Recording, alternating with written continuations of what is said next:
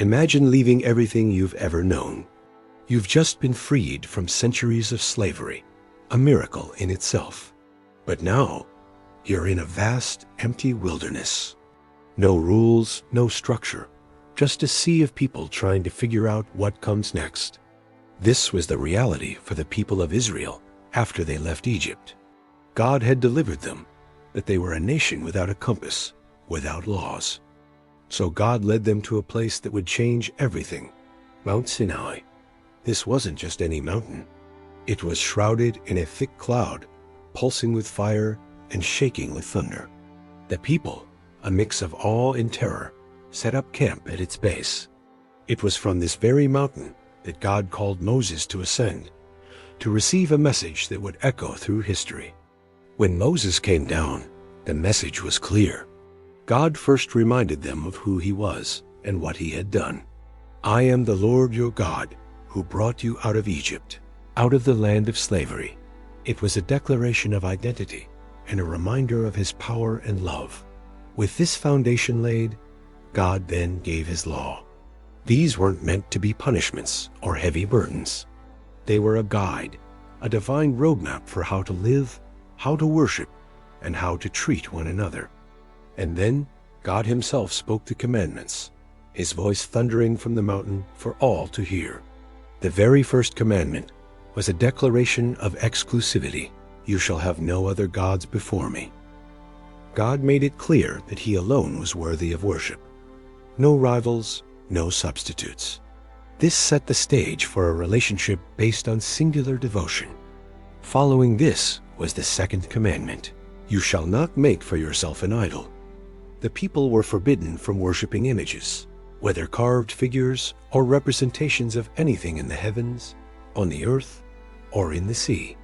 God wanted their faith, a relationship of the heart, not devotion to physical objects.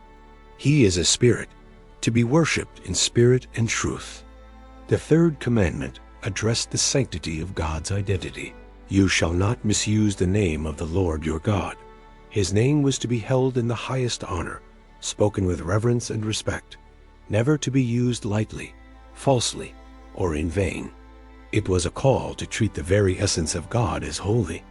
Then came a command that blended worship with well-being. Remember the Sabbath day and keep it holy. God designated a rhythm for life. 6 days were for labor and creation, but the seventh day was for rest and reflection.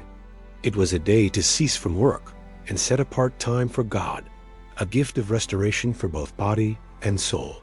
These first 4 commandments were about their relationship with God.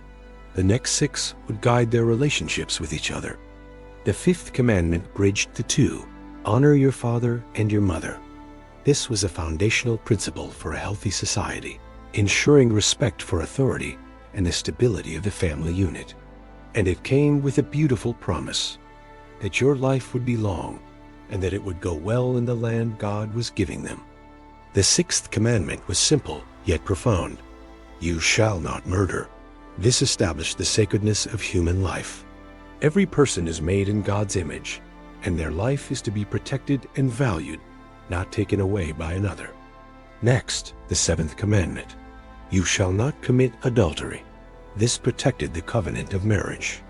God designed the family to be built on a foundation of faithfulness and trust, and this command guarded its sacred bond from being broken. The 8th commandment secured personal property. You shall not steal. What belonged to others was to be respected. This command fostered a society where people could feel secure in their possessions and the fruits of their labor. The 9th commandment was crucial for justice and community. You shall not give false testimony. Truth was established as an essential virtue. A fair and just society depends on honesty, especially when a person's reputation or freedom is on the line. Finally, the 10th commandment went deeper than any action, reaching into the heart itself. You shall not covet. The people were warned against the destructive power of envy, against the burning desire for what belongs to others, be it their house, their spouse, their servants, or their possessions. This command showed that God cares not just about our actions, but about the desires that drive them. As God spoke these words, the scene at Mount Sinai was terrifying. The mountain trembled, thunder cracked the sky, and lightning flashed relentlessly. The people were overcome with fear. They begged Moses, "You speak to us, and we will listen. But do not have God speak to us, or we will die." They couldn't bear the raw, unfiltered presence of God's holiness. Moses reassured them. He explained that God hadn't come to destroy them, but to test them. This awe-inspiring display was meant to instill a healthy fear, a reverence that would lead them to obey and stay on the right path. To preserve these divine laws, God wrote the 10 Commandments onto 2 tablets of stone with his own finger. This wasn't just a temporary instruction.